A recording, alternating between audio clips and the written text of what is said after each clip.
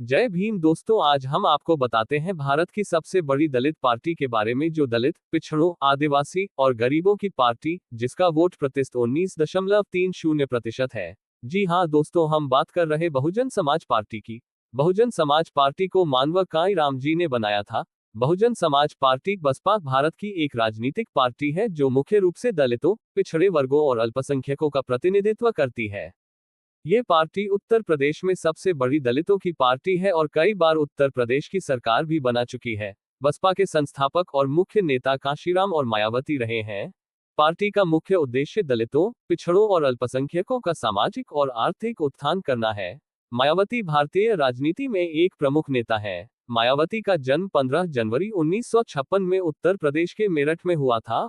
उन्होंने दिल्ली विश्वविद्यालय से स्नातक और स्नातकोत्तर की डिग्री प्राप्त की। मायावती ने 1984 में बहुजन समाज पार्टी बसपा की स्थापना की। वह 4 बार उत्तर प्रदेश की मुख्यमंत्री रह चुकी है। मायावती का मुख्य ध्येय दलितों, पिछड़ों और अल्पसंख्यकों का सामाजिक और आर्थिक उत्थान करना है। वह अम्बेडकरवादी विचारधारा को मानती है। मायावती कभी भी विवाह नहीं किया और अपने जीवन को पूरी तरह से राजनीति को समर्पित कर दिया है। वह एक संघर्षशील और कठोर नेता के रूप में जानी जाती है। मायावती ने दलितों को राजनीतिक मंच प्रदान करके एक महत्वपूर्ण भूमिका निभाई है। भारत में दलितों की दूसरी पार्टी जो बाबा साहेब अम्बेडकर की विचारधारा पर चलती है, प्रकाश अम्बेडकर की वंचित बहुजन अघाड़ी पार्टी है। भारतीय राजनीति में एक प्रमुख दलित नेता है। प्रकाश अम्बेडकर का जन्म 19 जुलाई 1952 को महाराष्ट्र के नागपुर में हुआ था। उन्होंने नागपुर विश्वविद्यालय से कानून में स्नातक और स्नातकोत्तर की डिग्री प्राप्त की। 1970 के दशक में वह दिल्ली में बहुजन समाज पार्टी बसपा के राष्ट्रीय उपाध्यक्ष थे।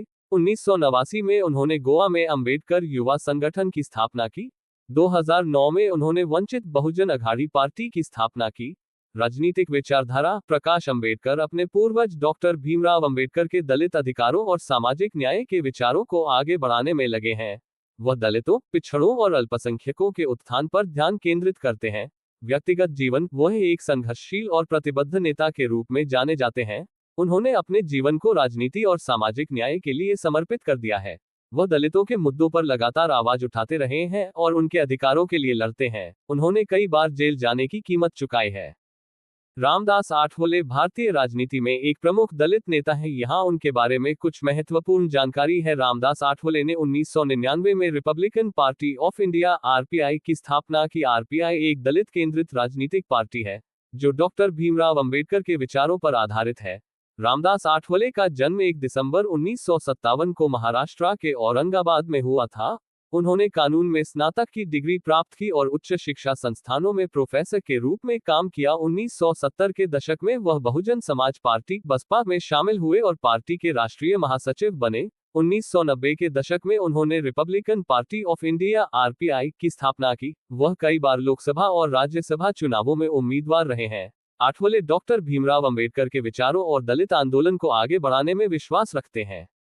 वह दलितों, पिछड़ों और अल्पसंख्यकों के सशक्तिकरण के लिए लगातार काम करते रहे हैं। भाई रामदास आठवले का जन्म 25 दिसंबर 1959 को हुआ था। लोकसभा के एक पूर्व सदस्य, वह भारतीय संसद के राज्यसभा के सदस्य और दलित समुदाय के सक्रिय सदस्य हैं। उन्होंने दलितों के लिए बंदूक की मांग की ताकि वे अपना बचाव कर सकें और उत्पीड़न के खिलाफ लड़ सकें। चंद्रशेखर का जन्म दिसंबर 1986 में उत्तर प्रदेश के सहारनपुर जिले के छुतमलपुर कस्बे में गोवर्धन दास और कमलेश देवी के घर हुआ था। आजाद समाज पार्टी एक भारतीय राजनीतिक दल है जिसे औपचारिक रूप से 15 मार्च 2020 को रावण द्वारा लॉन्च किया गया था। गौरतलब है कि यह घोषणा बहुजन समाज पार्टी के संस्थापक काशीराम की 86वीं जयंती पर की गई थी। उस पार्टी की संस्थापक सरवन कौर की बहन ने आजाद समाज पार्टी में शामिल होने की योजना बनाई। पार्टी ने 2020 के बिहार विधानसभा चुनाव में बिहार की हर सीट पर चुनाव लड़ने की योजना बनाई।